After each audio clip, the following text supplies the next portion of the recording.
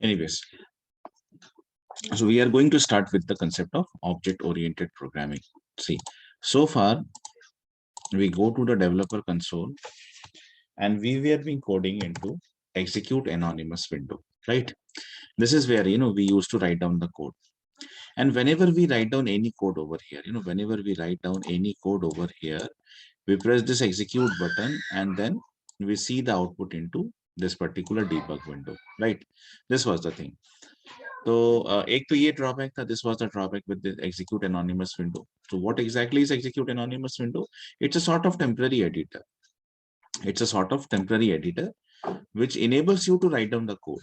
Although you could write down the Apex code onto this execute anonymous window, but then there were few difficulties. The very first difficulty is that you couldn't save the code. आप इस code को save नहीं कर सकते. There is no such provision over here to save the code. And second thing was like you write down the code onto a separate window, and to see the output you will be going to migrate to another window. That was the difficulty. So there were few of the difficulties with this thing. So that is what we are going to remove these all difficulties, because from now onwards we are going to create the classes. Okay, and we are going to create the classes, and from in the classes we will actually write down the code. Moreover, we will be able to see we will able to save the code. Okay, that is what the thing. So class is actually a concept of object oriented. So let's understand what is the basic principles and the theory related to the object oriented. And I'm not going to stress this topic a lot, because this is something which just this is something which as an information. I mean, it is something like कि हाँ Apex एक object oriented programming है ना. So in that context you should know about what are those principles of object oriented, right? Otherwise there is no such purpose. This is not very fruitful. But yeah, because we are dealing with a technology who itself is an object oriented, and that is why that is why we must have a basic knowledge of object oriented principles. तो उस वजह से ये topic cover करना है, and then we are not going to make it stretch. इसको ज्यादा हम स्ट्रेच नहीं करने वाले.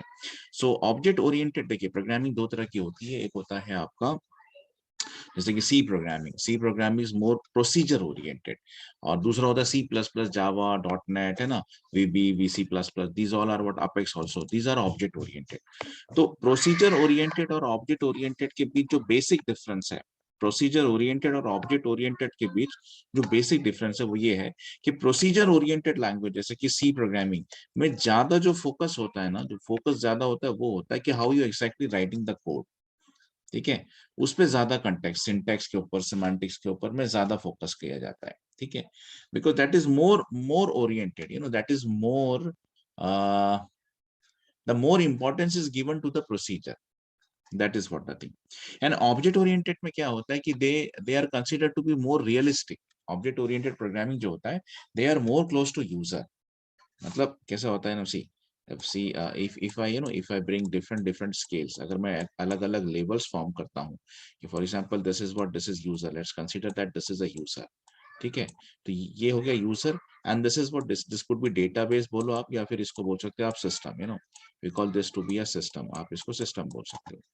तो सिस्टम के जो मोस्ट सिस्टम जैसे अभी यहाँ से लेके यहाँ तक फ्लो चल रहा है ऐसा मान के चलिए, तो जो सिस्टम के मोस्ट क्लोज है ना, that is procedure.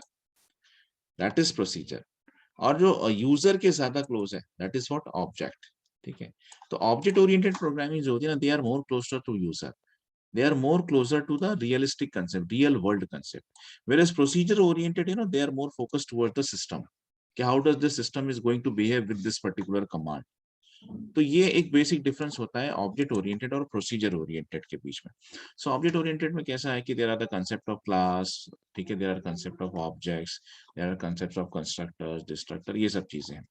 Now see, object oriented के अपने कुछ प्रिंसिपल्स होते हैं. आप सी प्रोग्रामिंग अगर किसी ने पढ़ा है या फिर सी प्लस प्लस पढ़ा, not C but C plus plus, या फिर कोई दूसरी प्रोग्रामिंग, तो उसमें कुछ कंसेप्ट पढ़ाए जाते हैं कि every object oriented programming should follow some principles. Without this, if these principles are not there into the object programming, then it won't be claimed कि इसको हम object oriented बोल सकते हैं. तो अगर कोई लैंग्वेज जैसे कि C++, Java, .NET, C# है ना, VB.NET, VC++, या फिर Apex itself, if it claims itself to be an object oriented programming, it must, it must satisfy, it must fulfill some of the basic principles, some of the basic pillars of object oriented language. जिसमें सबसे पहला होता है encapsulation. अब मैंने कहा ना कि I'm not going to stress this out because you just need to have an idea about this. ठीक है, you just require to have an idea. This is not going to be asked you into any of the university examination, and you are not supposed to write down the theory and the definition, something like that. You just have to be an idea. So the first principle is what? Encapsulation. Encapsulation matlab kya hota hai? For example, if this is a capsule, if this is a capsule, okay, usually it have two partitions. The first is what? The first is method. The first is method, and the second is data. The first is data. So when you combine data and the method, when you combine data and the method in a single entity, when you combine data and the method, let's make two partitions over here. Let's make two partitions. So when you combine method, okay, when you combine method and second is data, it's really difficult to write it down like this. So when you combine method and data into a single entity, with the methods, we could access the data. To access the data, we must have a method. Okay, data is a single entity, method is a single entity, but to access the data, we must have a method. Methods are used to access the data. This is one and same thing. अब आप इसको यहाँ से यहाँ समझो, यहाँ पर यहाँ से समझो, बात एक ही है. But when you combine data along with the methods in a single entity, that principle is called as encapsulation. ठीक है, और ये कैसे अचीव होता है? With the help of class and the methods of the class, members of the class. We are going to see that, don't worry. तो जहां पे जो प्रिंसिपल सेटिस्फाई होता है ना, वो मैं आपको बताता जाऊंगा कि with this particular what you are learning, जैसे आप क्लास क्रिएट करना सीखोगे, then you will understand how to create the objects of the classes. ठीक है, तो फिर जब आप ऑब्जेक्ट्स क्रिएट करना सीख जाओगे क्लासेस का, then I will tell you कि देखो आप इस ऑब्जेक्ट की मदद से you could access the members of the classes. ठीक है, that means you could access the data वगैरह. तो that is something called as encapsulation. इसको एनकैप्सुलेशन बोलते हैं. ठीक है, the next is abstraction. Abstraction का मतलब क्या होता है कि if there are so many things, if there are so many things, but we wanted to hide the complexities, हम complexity hide करते हैं, and rather we wanted to display only those things to the user which are like user are more interested to knowing that facts. ठीक है, तो हमको जैसे it provide the user interfaces to the user without providing the complex implementations. मतलब backend पे क्या चल रहा है वो जाने. Front end जो है, front end should be very simple to understand. Because front end पे कौन काम करने वाला है? फ्रंट एंड पे काम करने वाला है हमारा यूजर, राइट? तो front end should B simple. Front end should B simple, वो यूजर को समझ में आना चाहिए. उसके बैक एंड पे क्या चल रहा है वो जाने. Back end should be complicated, but user is not looking to the back end, rather user is more dealing with the front end part. तो वो फ्रंट एंड क्या होना चाहिए? Front end should be user friendly, and that is something called as data abstraction. ठीक है, this is something called as data abstraction. Let's come to the next principle, and that is inheritance. तो inheritance मतलब क्या होता है? Inheritance एक normal English word है. इसका मीनिंग ये होता है कि for example there are few of the properties of the parent and a child acquired to have those property. एक बच्चे में अगर हम देखते हैं कि हाँ उसके पेरेंट की झलक दिखाई देती, तो वी कुड से कि आपकी आंखें आपकी माँ की तरह है, you smile like your father, something like that, और you have the colour which is similar to your parent ना. इस तरह से कुछ चीजें, when a child actually behaves something in some of the way the child behave like is the parent, so we call this to be the inheritance. You acquire this property from your parents, you acquire this property from your parent. अब relationship तो यहाँ पर भी है, आपने भी पढ़ा है, लुकअप, मास्टर, एक्सटर्नल, हायरार्किकल, है ना. So many kind of relationships are there. Object to object relationships होती है. जब रिलेशनशिप फॉर्म होती है तो हमने ये भी देखा कि usually one object is treated as to be the parent, and then few other objects are treated as to be the child. So whenever we found this, there are few of the properties of the parent, then that comes inside the child. Few of the things from the parent, the child acquires few of the things, few of the functionalities, child will acquire it from the parent. We call this kind of feature as to be the inheritance. और final type जो है वो है polymorphism. ठीक है, poly का मतलब ये होता है मोर देन वन. जैसे होता है ना पॉलिटेक्निक कॉलेज क्या होता है कि more than one technical courses are club, mechanical है, इलेक्ट्रिकल है ना, कंप्यूटर्स है, समथिंग लाइक दैट. तो पॉलिटेक्निक मतलब more than one technical courses are run into this, that is why it's called as polytechnic college. So morphism, poly means multiple, और morphism मतलब form. Morphism मतलब होता है फॉर्म. सो polymorphism का मतलब होता है which could take multiple forms, which could take multiple forms. तो अभी कैसा होगा, in short you will be going to learn कि जैसे मान के चलो I created a function called as addition. ठीक है, मैं एक फंक्शन बनाता हूँ फॉर एग्जांपल एडिशन नाम का, उसका नाम क्या है addition, but there are multiple forms of it. एक एडिशन है which could perform simple x plus y, जो दो इंटीजर्स का एडिशन परफॉर्म कर रहा है. एक है जो तीन इंटीजर्स का एडिशन परफॉर्म कर रहा है एडिशन. एक एडिशन है जो फिर स्ट्रिंग्स को कॉन्कैटिनेट कर रहा है, मतलब एक और फंक्शन जिसका नाम एडिशन ही है बट वो स्ट्रिंग्स का कॉन्कैटिनेशन परफॉर्म कर रहा है. एक एडिशन है जो फिर आईडीज को नेम के साथ में जोड़ रहा है, नाम क्या है एडिशन ही. तो एक ही फंक्शन है लेकिन based on the signature, this is something called as signatures. ये आप पढ़ने वाले हो आगे चल के. These are something called as signatures. तो एक ही फंक्शन है लेकिन सिग्नेचर्स अलग अलग. So this function could perform variety of function. This particular function is behaving in a very different ways.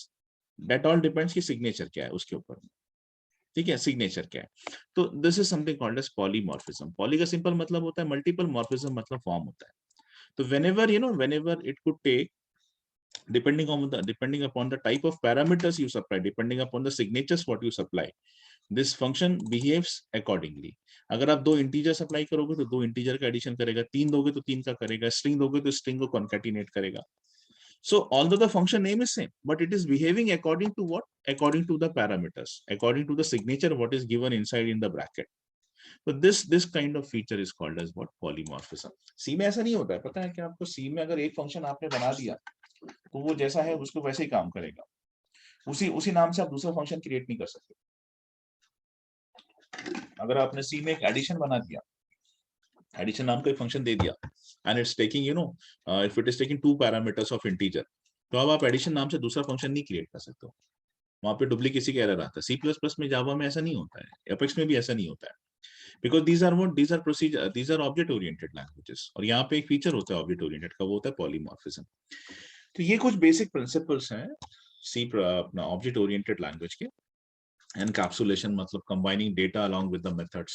Abstraction मतलब कॉम्प्लेक्सिटी को हाइड करके ना, सिर्फ ब्रैकेट को हाइड करके फ्रंट एंड वाला पार्ट देने का, so that the user will see only those things who are he is more interested to see. Like inheritance मतलब कि child अगर कुछ properties acquire कर सकता है from the parents, the parent की अगर कुछ functionality है वो child में भी आ सकती है.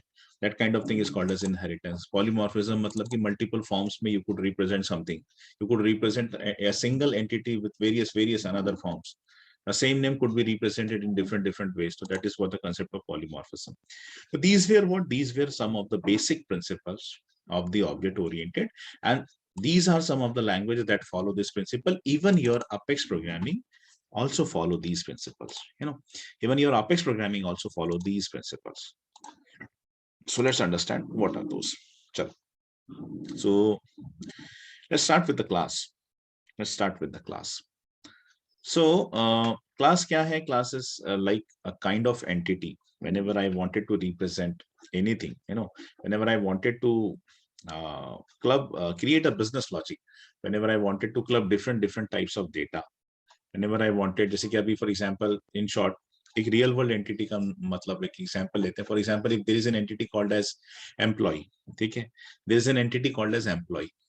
अब आप एक एग्जाम्पल के तौर पे ये समझो कि एक एंटिटी है रियल वर्ल्ड की जिसका नाम है employee. Now you start thinking कि एम्प्लॉय का अगर मुझे रिकॉर्ड मेंटेन करना है तो what could be the details what I should maintain. सबसे पहले let's start with the name. ठीक है, the first field should be what? Employee name. अब एम्प्लॉय नेम जब आप एंटर कर रहे हो ना, तो what you are entering should be capture with the data type string. यहाँ पे डेटा टाइप जो होना चाहिए that should be string, because what you are entering is characters, like है ना, Akshay, Chetan, Harsh, what these are the employee names. तो अगर employ name नाम की एक अगर फील्ड है तो what is we are entering is what? It is a string value. दूसरा जैसे कि एज, ना age is something which is integer. ठीक है. तीसरा कुड बी लाइक उसका डेट ऑफ बर्थ, डीओबी या ज्वाइनिंग डेट, तो that is what the data type, उसका डेटा टाइप है डेट. फिर आता है उसकी शिफ्ट कौन सी है, तो दैट इज व्हाट? टाइम. अच्छा, एम्प्लॉय का नंबर क्या है, एम्प्लॉय आईडी क्या है, तो उसका डेटा टाइप होता है आईडी. बराबर है. फिर और कुछ चीजें उसके बारे में कि एम्प्लॉय का बर्थ डेट क्या है, उसका डेट ऑफ बर्थ, उसकी ज्वाइनिंग डेट क्या है, या फिर उसकी सैलरी क्या है, तो सैलरी हो जाती करेंसी में आपकी. ठीक है.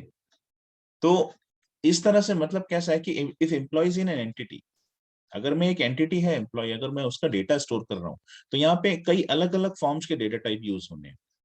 आपको स्ट्रिंग भी लग सकता है, आपको इंटीजर्स भी लग सकता है, आपको लॉन्ग लग सकता है, बूलियन लग सकता है, ठीक है। उसके बाद में फिर आपको आपको डेट एंड टाइम लग सकता है, ठीक है, आपको आईडीज लग सकती हैं।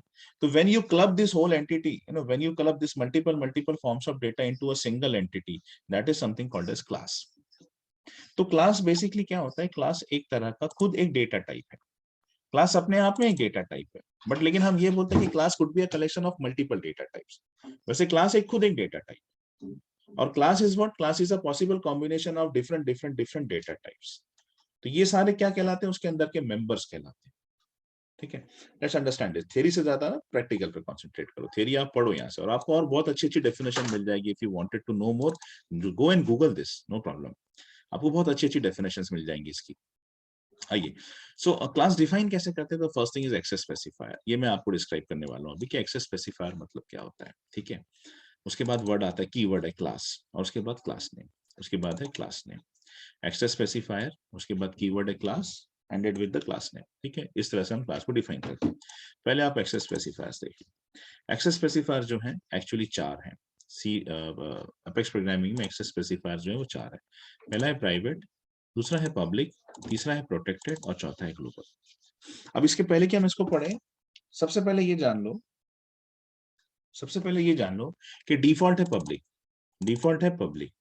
अगर आप एक्सेस स्पेसिफायर देते हो तो ठीक है, अगर आप नहीं देते हो, आप डायरेक्टली क्लास लिखते हो और आगे ये लिख देते हो क्लास, जैसे क्लास नेम कोई भी एक class name, for example opportunity handler, ठीक है, अपॉर्चुनिटी हैंडलर, कुछ भी नाम, तो उसका जो डिफॉल्ट एक्सेस स्पेसिफायर है that is treated to be public. मैंने बताया ना, एक कोड के पीछे दूसरा कोड काम करता है, उसको मेटा डेटा बोलते हैं। Meta data, Meta data repository में ये जो कोड चलता है, हम जो लिख रहे हैं वो फ्रंट एंड है। हमारे एंड तक फिर से ना सारी चीजें एब्स्ट्रैक्टेड है, डेटा एब्स्ट्रैक्शन का रूल है। मतलब जिस वजह से हम प्रोग्रामिंग कर रहे हैं वो सारी एब्स्ट्रैक्टेड प्रोग्रामिंग है। We are not actually dealing with actual coding. C plus जो होता है वो मोर प्रोजेक्ट आपका काफी अंदर की कोडिंग होती है, जिसमें हम बोलते हैं कि they are more close to the system. वो होता है प्रोसीजर ओरिएंटेड। हम लोग जो लिख रहे हैं ना, they are more close to user.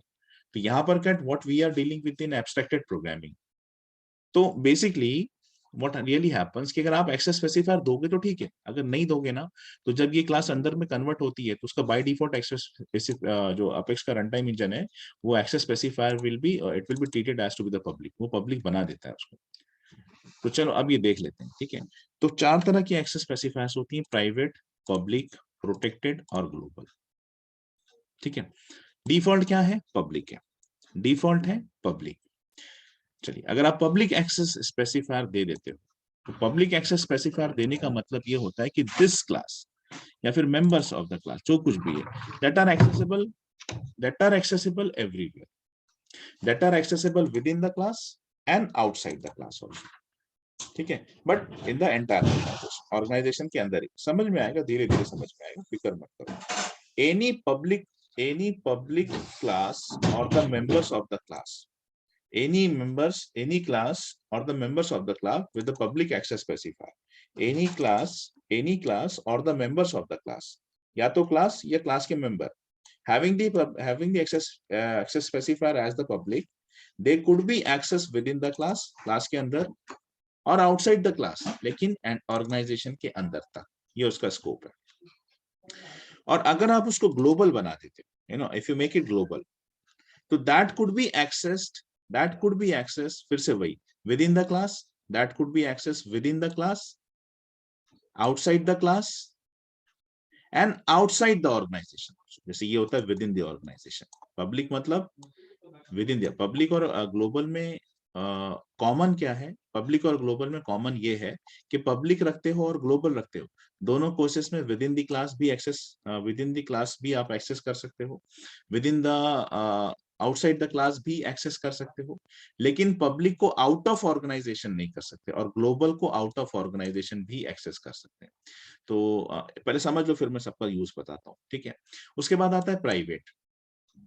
Private करने के बाद में जो मेंबर्स होते हैं क्लास के, वो सिर्फ और सिर्फ क्लास के अंदर ही एक्सेस हो सकते हैं, इसके बाहर नहीं हो सकते, ठीक है। पब्लिक मतलब पूरी तरह से एक्सेस हो सकता है, पूरी तरह से क्लास के अंदर, क्लास के बाहर, लेकिन ऑर्गेनाइजेशन के अंदर। ग्लोबल क्लास के अंदर, क्लास के बाहर, ऑर्गेनाइजेशन के भी बाहर। और सबसे रिस्ट्रिक्टेड क्या है? प्राइवेट। प्राइवेट मतलब with in the class only, within the class only you could access the members if they are, I mean if they are actually उनका एक्सेस स्पेसिफायर जो है वो प्राइवेट है। अगर आखिरी है प्रोटेक्टेड। अब प्रोटेक्टेड एक्चुअली क्लासेस नहीं बनती है कभी भी। एक क्लास का एक्सेस स्पेसिफायर, जैसे हम क्लास पढ़ रहे हो है ना, आप पढ़ रहे हो क्लास, क्लास का क्या है? Access specifier. क्लास का एक्सेस स्पेसिफायर जो है उसको स्कोप भी बोलते हैं एक्चुअली, मतलब एक्सेस स्पेसिफायर बोलने में समय लगता है, जनरली इसको स्कोप बोलते हैं। तो इसको जो है मतलब एक नॉर्मल जब बातचीत की जाती है तो उसको एक्चुअली इतना बड़ा वर्ड नहीं उठाते उसके लिए access specifier, rather we use to say the scope of the class. Scope बोलते हैं इसको नॉर्मल एक वे में जब बात करते हैं। तो उसका जो स्कोप है, एक एक्सेस स्पेसिफायर क्लास का या तो प्राइवेट हो सकता है, या पब्लिक हो सकता है, या ग्लोबल हो सकता है, प्रोटेक्टेड नहीं हो सकता। प्रोटेक्टेड है, प्रोटेक्टेड है, लेकिन protected is for members of the classes, class के लिए नहीं है। तो ये मेंबर्स ऑफ क्लास क्या होते हैं, ये आप आगे पढ़ने वाले। प्रोटेक्टेड जो है वो मेंबर्स ऑफ द क्लास होते हैं, ठीक है। एंड ये बेसिकली क्लास का, किसी भी क्लास का एक्सेस स्पेसिफायर प्रोटेक्टेड नहीं होता है।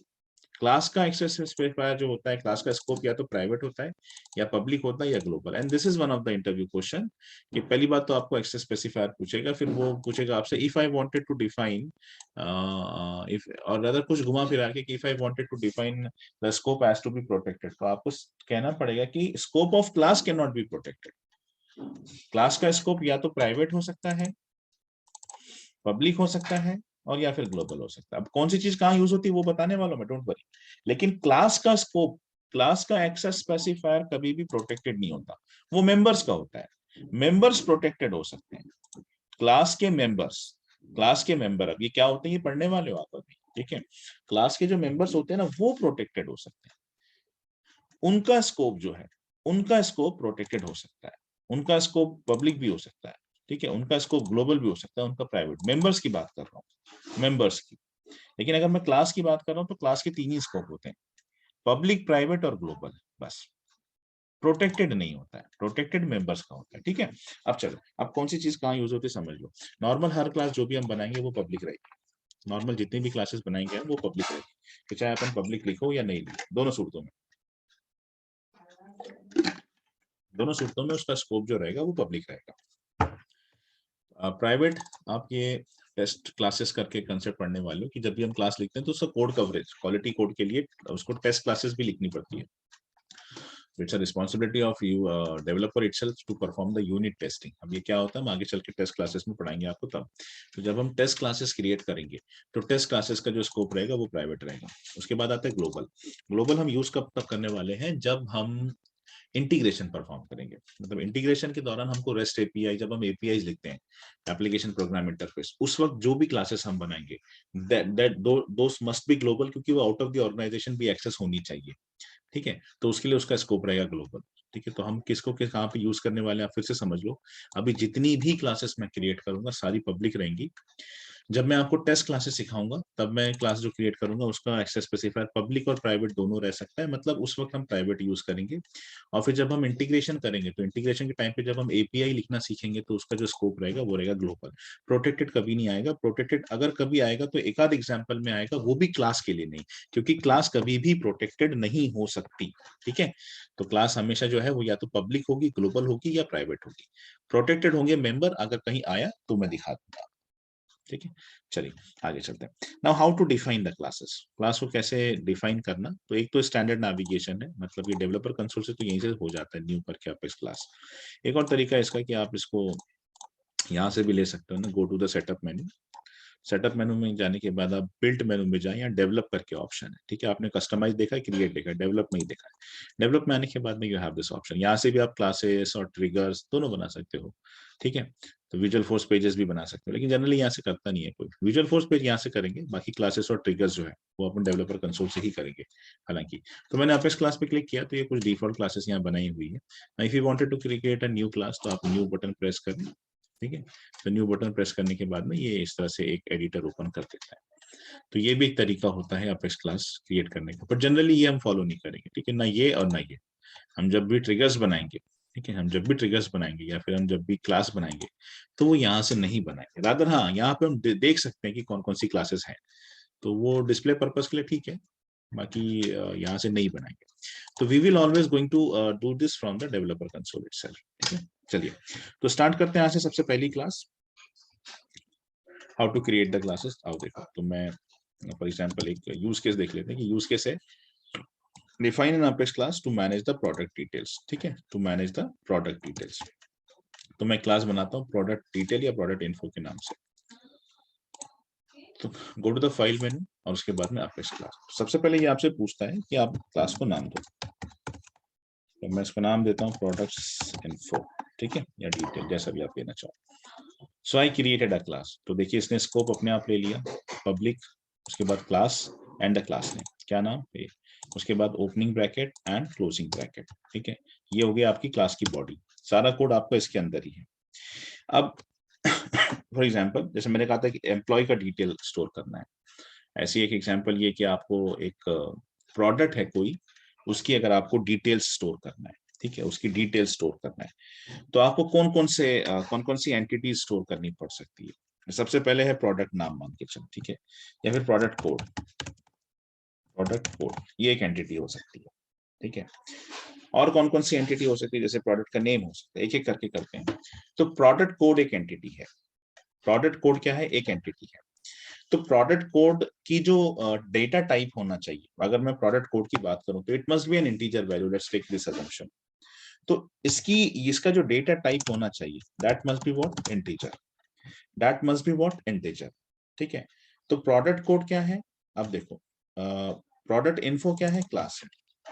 प्रोडक्ट कोड में अगर पूछो कि क्या है, तो आप ये नहीं बोलो कि वेरिएबल है, बोल सकते हैं, ऑफकोर्स कोई प्रॉब्लम नहीं। रादर यू नीड टू से मी कि this is what, it's a member of class.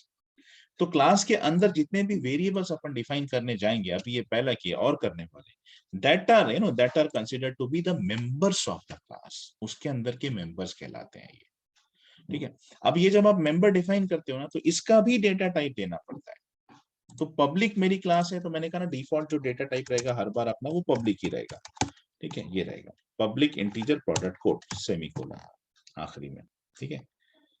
तो अब ये देखो आपको यहाँ पे रेड रेड में दिख रहा है, these are what, these are errors, these are errors, ये रियल टाइम पे एरर। अभी देखो हट गए, हट गए। अभी जैसे मैं इसको हटा देता हूँ तो ये अपना एरर आ जाएगा यहाँ पे। ये आप इधर कोड लिख रहे हो, बैकएंड पे वो टेस्ट भी हो रहा है, बैकएंड पे वो कोडिंग चेक भी हो रही है। मतलब अलग से जैसे सी प्रोग्रामिंग में अलग से कंपाइल करते थे, यहाँ ऐसा कुछ नहीं है। इधर आप कोड लिख रहे हो, ये कोड ना ऑटोमेटिकली कंपाइल हो रहा है पीछे में, देखो एरर्स आ गए। अगर हमको देखना है एरर क्या है, तो यहाँ पे हम क्लिक करेंगे, ये टैब दिख रहा है प्रॉब्लम्स, यहाँ जाएंगे, unexpected token product, unexpected token product, ठीक है, अनएक्सपेक्टेड टोकन, ये सेमी यहाँ पे ये बोल रहा है। और एरर्स कहाँ पर है, वो डिस्प्ले हो रहा है, 3 नंबर लाइन पे है, 4 नंबर लाइन पे। तो आपको जैसे 3 नंबर लाइन पे दिख रहा है, थोड़ा सा देखना पड़ेगा कि क्या है। लाइन नंबर 3, ये किसी ने पूछा भी था मुझसे क्लास में कि एरर्स जो आते हैं वो सी प्रोग्रामिंग को, कुछ प्रोग्रामिंग में आपको लाइन नंबर के साथ दिखता है। तो मैंने कहा था हाँ, जब अपन ऑब्जेक्ट ओरिएंटेड शुरू करेंगे तब आएगा ये। तो लाइन नंबर 3 से दिख रहा है, देखो लाइन नंबर 3 पे 4 पे एरर है, और यहाँ पे भी ये ऐसा रेड लाइन नजर आती है। तो हम इसको देखेंगे, समझ में आएगा, अच्छा यहाँ सेमीकोलन में से, तो आप आखिरी में जाओ सेमीकोलन दो, बिकॉज ऑब्वियसली हर स्टेटमेंट जो है ना it must B ended with semicolon, right, ऐसा। तो ये मेरा पहला हो गया। उसके बाद में अब दूसरा पब्लिक, जैसे कि प्रोडक्ट नेम होना चाहिए, प्रोडक्ट नेम का जो डेटा टाइप है वो होना चाहिए स्ट्रिंग, स्ट्रिंग, ठीक है। तो आप दीजिए कोई भी नाम, जैसे कि प्रोडक्ट नेम, यहाँ पर मैं क्या स्टोर करूंगा, उसका प्रोडक्ट का नाम, मैन्युफैक्चरर नेम या ब्रांड नेम, ब्रांड नेम भी हो सकता है ना, प्रोडक्ट का ब्रांड क्या है, मैन्युफैक्चरर नेम क्या है। उसके बाद में प्रोबेबली लोकेशन, कहाँ से बन के आया हुआ प्रोडक्ट है ये, ठीक है। तो ये तीन मैंने वेरिएबल्स डिफाइन करे यहाँ पे। तो these are the members of the classes. उसके बाद में और कुछ चीजें, जैसे कि मैन्युफैक्चरिंग डेट या फिर एक्सपायरी डेट अगर देना है, तो उसका डेटा टाइप क्या होना चाहिए, पहले तो एक्सेस स्पेसिफायर स्कोप, उसका डेटा टाइप होना चाहिए डेट। तो डेट मैंने कहा कि ये भी आपको पता है कि डेटा टाइप्स आपने पढ़ा है, तो आपने पढ़ा कि 2 तरह के डेटा टाइप्स होते हैं, प्रिमिटिव और सब्जेक्ट। प्रिमिटिव में सारे फंक्शनल जो आपके फंडामेंटल डेटा टाइप्स होते हैं सारे के सारे, जिसमें इंटीजर होता है, स्ट्रिंग होता है, डेट होता है, आईडी होता है, ये सारी चीजें आती हैं, राइट। तो पब्लिक डेट क्या, जैसे मैन्युफैक्चरिंग डेट, मैन्युफैक्चरिंग डेट है ना, ये एक हो सकता है। और एक्सपायरी डेट जैसे कि दूसरा एक्सपायरी डेट, ठीक है। और कुछ आ सकता है कि काफी एक ना, और प्राइस, प्रोडक्ट की जो प्राइस है, तो price should be in decimal. Decimal is also data type, क्योंकि डेसिमल मतलब क्या होता है कि जहां पे आप पॉइंट की वैल्यू ले सकते हो। इंटीजर में आप पॉइंट की वैल्यू नहीं ले सकते यहाँ पे आप, इसके लिए आपको हमेशा होल नंबर चाहिए। बट इसके लिए आप जो है आप डेसिमल में आप पॉइंट वाले जो अपने फ्लोटिंग पॉइंट नंबर होते हैं वो भी ले सकते हो। जैसे 33 रुपीज 50 पैसा, 33.5 स्टोर करना है, तो उसके लिए आपको डेटा टाइप क्या चाहिए, डेसिमल। तो decimal unit price, unit price, ठीक है। और कुछ और जैसे कि स्टॉक में है यानी इन स्टॉक, तो पब्लिक बुलियन। बुलियन जो ये आपका डेटा टाइप होता है, ये इसकी वैल्यू होती है ट्रू और फॉल्स। तो मैं एक वेरिएबल डिफाइन करता हूँ कि इन स्टॉक, ये बताया कि जो प्रोडक्ट है वो स्टॉक में है या नहीं है। अगर इसकी वैल्यू यस है तो इसका मतलब ये कि प्रोडक्ट जो है वो आपका स्टॉक में है, अदरवाइज नहीं है, ठीक है।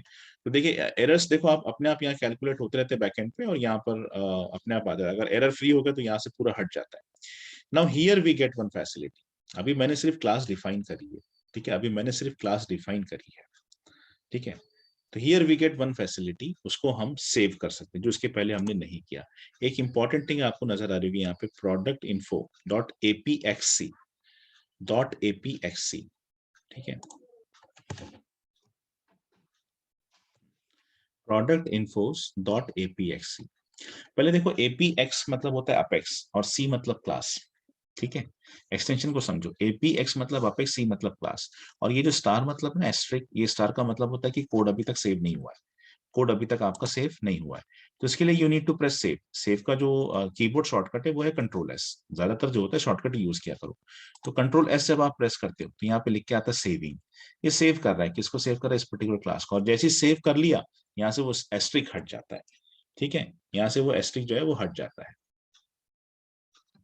बेसिकली। तो एक तो ये हो गया। अब अगर मैं बाय द वे से क्लोज कर भी देता हूँ तो मुझे क्लास मिल जाएगा। I will go to open, open का शॉर्टकट है कंट्रोल ओ, ठीक है, कंट्रोल ओ। क्लासेस पे जाइए, या आप ऐसे सर्च कर सकते हो इस तरह से, कि अगर आपको थोड़ा बहुत नाम याद हो कि आपने पी से कुछ बनाया था तो पी कीवर्ड डालो तो आपको मिल जाएगा ना, मेक अ डबल क्लिक, ये आ गई आपकी क्लास। ये है फैसिलिटी, ठीक है। चलो अभी हमने जो किया इससे क्या हुआ, देखिए एक चीज को समझो आप। When you define a variable integer, integer product code, ये दो डेफिनेशंस के बारे में समझो। इंटीजर प्रोडक्ट कोड, ठीक है, यहाँ पर भी वही है इंटीजर प्रोडक्ट कोड, यहाँ पर भी है। यहाँ पर भी मैंने वेरिएबल डिफाइन किया, यहाँ भी वेरिएबल डिफाइन किया। इनफैक्ट मैं नाम भी सेम रखा हूँ, ठीक है। लेकिन दोनों में फर्क है। यहाँ पे ये जो वेरिएबल आपने डिफाइन किया है, this is actually inside a class, ये क्लास के अंदर है। और क्लास के अंदर होने का मतलब ये होता है कि these are considers to be member of the classes, they are considered to be member of the classes. ये वाला वेरिएबल, ये वाला वेरिएबल, ये सारे वेरिएबल, ये जितने भी वेरिएबल आपने डिफाइन कर रहे हैं, all of them are considered to be the member of class, all of them are considered to be member of the class, ठीक है। क्लास एग्जैक्टली क्या है, क्लास एक ब्लूप्रिंट है। अब क्लासेस की डेफिनेशन पे चलो थोड़ा बहुत। क्लास क्या है, क्लास एक प्रोटोटाइप है, क्लास एक ब्लूप्रिंट होता है। ब्लूप्रिंट मतलब एक्चुअल डिजाइन का, जब हम कोई डमी डिजाइन क्रिएट करते हैं, है ना, कि जैसे सिविल इंजीनियर्स नॉर्मली जब कंस्ट्रक्शन करते हैं तो एक डिजाइन बनाते हैं। अब तो खैर मैनुअल नहीं होता है, सारा ऑटोमेटेड होता है, हर चीज के लिए अब एक एप्लीकेशन, एक टूल अवेलेबल है। तो एक ब्लूप्रिंट मतलब क्या होता है, डिजाइन होता है। तो जब भी हम, यहाँ कहीं लिखा नहीं है शायद, एक्सटेंशन लिखा है, एनीवे जब भी, अब यहीं से समझ लो इसको, जब भी हम एक क्लास क्रिएट करते हैं और क्लास के मेंबर्स डिफाइन करते हैं, तो बेसिकली ये जो क्लास है, मतलब एक, इसमें और इसमें क्या फर्क है मैं समझाता हूँ। इस डेफिनेशन के लिए इंटीजर प्रोडक्ट कोड के लिए अगर मान के चलो 4 बाइट्स मेमोरी में लगती हैं, 4 बाइट्स मेमोरी में लगती हैं, तो 4 bytes are actually reserve, 4 bytes reserve हो जाती हैं, ठीक है। ये डेफिनेशन के लिए, ठीक है, ये डेफिनेशन के लिए एक्चुअली 4 बाइट रिजर्व हो जाती है। मतलब मान के चलो कि पहला एड्रेस है 40, 41, 42, 43, 40 से लेके 43 तक, ठीक है। तो when ever you do this definition, आप जब एग्जीक्यूट एनोनिमस विंडो में इंटीजर प्रोडक्ट कोड आपने लिखा, तो प्रोडक्ट कोड नाम के वेरिएबल के लिए 4 मेमोरी 4 बाइट्स, एक एग्जांपल है मेरा, 4 बाइट्स रिजर्व हो जाती है। और उसका स्टार्टिंग एड्रेस जो है, उसका स्टार्टिंग एड्रेस इसको दे दिया जाता है कि this is the starting address. ये अलॉटमेंट हो चुका है। मतलब as soon as you declare a variable, as soon as you declare a variable on execute anonymous window, तो उस पर्टिकुलर वेरिएबल के लिए मेमोरी फिजिकली अलॉट हो जाती है। ठीक है, फिजिकली अलॉट हो जाती है। और उसका जो स्टार्टिंग एड्रेस है वो प्रोडक्ट कोड को मिल जाएगा, वो वेरिएबल को असाइन हो जाता है। तो इसके बाद में इसके बाद में जब आप जैसे यहाँ पे आप इसको वैल्यू भी दे सकते हो, आप चाहो वैल्यू दो या नहीं दो, जैसे आपने वैल्यू दिया 89, तो वो वैल्यू 89 स्टोर हो जाएगी, ये चारों मेमोरी लोकेशन है 89, ऐसा वो अलग चीज है। लेकिन अगर आप नहीं भी देते हो ना, if you don't give the value, अगर आप वैल्यू नहीं भी देते हो, अगर आप वैल्यू नहीं भी देते हो, स्टिल 4 मेमोरी लोकेशन उसको अलॉट हो जाता है। ये है आपका नॉर्मल वेरिएबल डिक्लेरेशन। अब अपेक्स जब आप क्लास डिफाइन करते हैं तब क्या होता है, ये थोड़ा समझ लो, बिकॉज स्टार्टिंग है इसलिए समझना जरूरी है। तो इसमें क्या होता है, जैसे अभी प्रोडक्ट कोड है, प्रोडक्ट कोड के लिए 4 बाइट लगेगी, 4 स्ट्रिंग है इसके लिए 2 लगेगा, 4 + 2 6, 6 + 2 8, 8 + 2 10, 10 + 4 14, 14 + 4 18, 18 + 1 19, 18 + 1 19 इसके लिए, 19 + 4, ठीक है 23, 23 बाइट्स लगने वाली हैं। अगर अभी इनमें से देखो, आपको किसी को भी वैल्यू नहीं दिया है मैंने, सिर्फ डिफाइन किया है, इंटीजर ये डिफाइन किया, सबको डिफाइन किया है, ये सबको डिक्लेयर किया, वैल्यूज नहीं दिया अभी तक। लेकिन जब ये कोड जैसे आपने Ctrl+S किया तो ये कोड कंपाइल हुआ, ये कोड कंपाइल हुआ। जब ये कोड कंपाइल होता है तो कंपाइलर क्या करता है, सिर्फ कैलकुलेट करके रखता है कि जब ये इसको अभी मेमोरी अलॉट मत करो इसको, लेकिन जब भी अलॉट करने की बारी आएगी तो हमें 23 बाइट्स जो है वो अलॉट करना पड़ेगा, सिर्फ कैलकुलेट करके रखता है बस, और कुछ नहीं।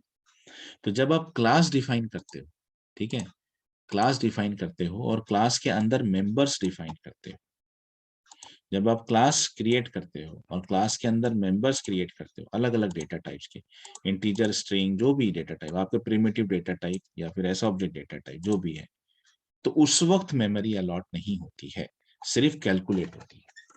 मेमोरी तब अलॉट होती है जब मैं इसके ऑब्जेक्ट क्रिएट करके इनको वैल्यूज दूंगा, जो कि अगला टॉपिक है अपना। अभी आज जो है, आज अपन स्टेप नंबर 1 पे ही काम करेंगे, और वो है कि आपको क्लासेस कैसे क्रिएट करना, वो मैं आपको बताऊंगा। ठीक है, क्लासेस कैसे क्रिएट करना। तो जैसे आप एक क्लास क्रिएट कर, चलो एक और क्लास क्रिएट करते हैं, let's create another class, for example customer info.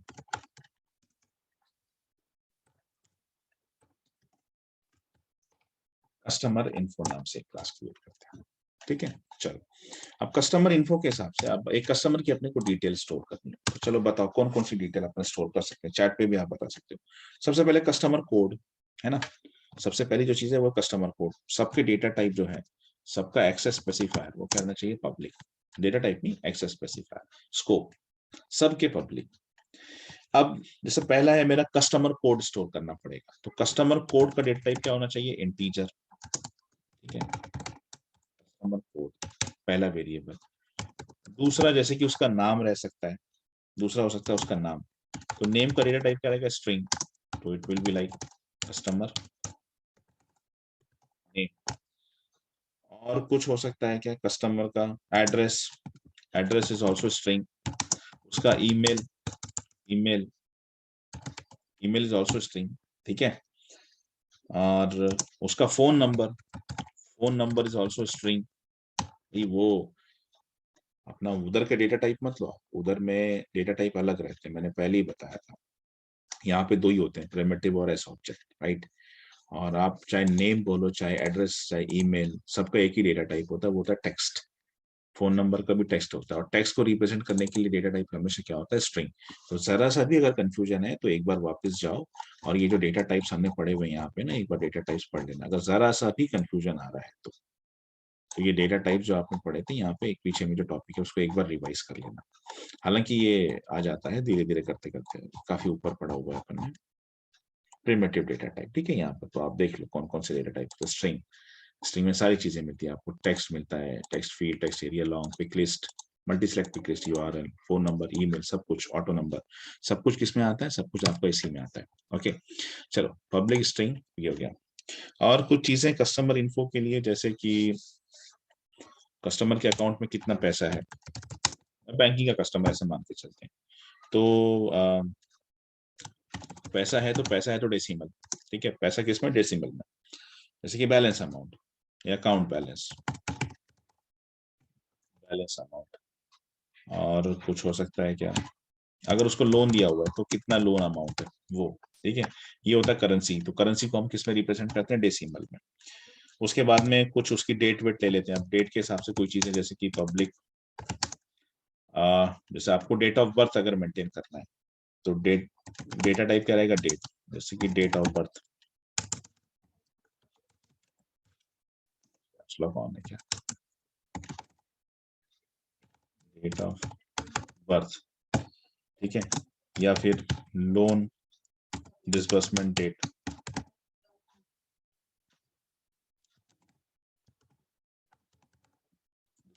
जब हुआ उसको वो डेट, ऐसे कुछ डेट्स वगैरह। और कुछ अगर आपको स्टोर करना है कि हाँ एक्टिव है या नहीं,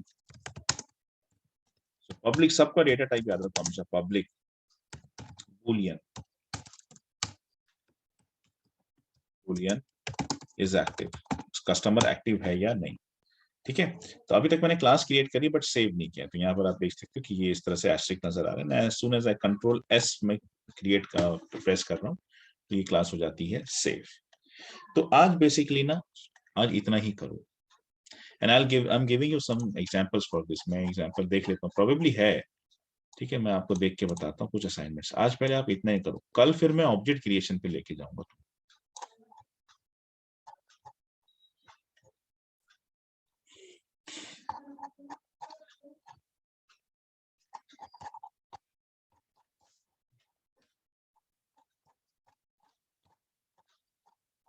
आज का जो असाइनमेंट है वो आप क्लासेस क्रिएट करो और सेव करो, कम से कम 5-6 क्लासेस क्रिएट करो।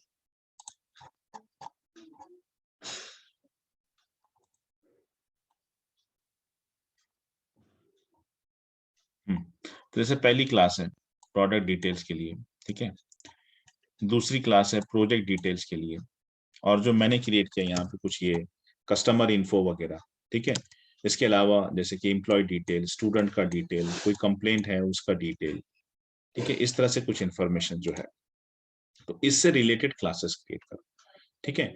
इससे रिलेटेड 3 और 3 4 5 6 इस पे प्रैक्टिस करो, सिर्फ क्लास क्रिएट करो। कल मैं इसके आगे लेके जाऊंगा कि अब इन मेंबर्स को वैल्यूज कैसे देना। यहाँ पे हमने क्या किया, सिर्फ मेंबर्स डिफाइन किया, वेरिएबल डिफाइन किया, वैल्यूज नहीं दिया। आप यहाँ अगर वैल्यू देने की कोशिश करें तो देखो क्या होता है, ठीक है। You give the value over here, customer code equals to 98। तो एक अगर आप यहाँ वैल्यू देते हैं तो एक तो ये होती है आपकी रिजिड वैल्यू।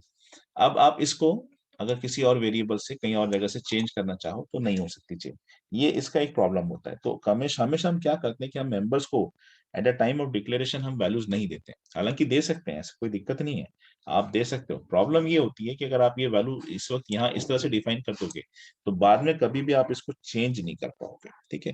तो वो स्कोप हमेशा रखना पड़ता है, that is why we usually don't give the value over here at the time of declaration. जब आप वेरिएबल डिक्लेयर करते हो तब आप वैल्यूज नहीं देते, बट देने में कोई हर्ज नहीं। अगर कोई आपसे पूछे कि क्या इसमें कोई एरर आता है तो उसका आंसर आपके सामने है, ठीक है। अगर क्या इसमें कोई एरर आता है, हाँ यहाँ पे शायद एक आ सकता है बिकॉज मैं एक से ज्यादा दे रहा हूँ। So let's see. तो बेसिकली ऐसा नहीं होता, एरर्स नहीं आते, लेकिन ये वैल्यू देने का मतलब होता है कि अब इसको चेंज नहीं कर सकते आप, अब आप इसको चेंज नहीं कर सकते। तो ये यूजुअली नहीं किया जाता, इसके स्कोप में नहीं रखते हम क्लास के। हम हमेशा इसको सिर्फ वैल्यूज हमेशा ये कुछ से कि आप वेरिएबल्स डिक्लेयर करते हो, वैल्यूज देने का काम जो है वो ऑब्जेक्ट पे छोड़ देते हो। तो ऑब्जेक्ट किस तरह से डिफाइन करते हैं क्लास का, और कैसे ऑब्जेक्ट के थ्रू मेंबर्स को एक्सेस करते हैं, ये बेसिकली हम कल से सीखने वाले हैं। तो उसमें हमको फ्लेक्सिबिलिटी मिलती है, उससे हमको फ्लेक्सिबिलिटी मिलती है जो बेसिकली कल आप सीखने वाले हैं, ठीक है। तो आज की असाइनमेंट यही रहेगी कि क्लासेस क्रिएट करना सीखो, और कल फिर हम जो जाएंगे क्लासेस के ऑब्जेक्ट कैसे क्रिएट करना जिसके थ्रू हम मेंबर्स को एक्सेस कर पाए, तो वो बेसिकली अपन कल सीखने वाले हैं, ठीक है। Let's stop this.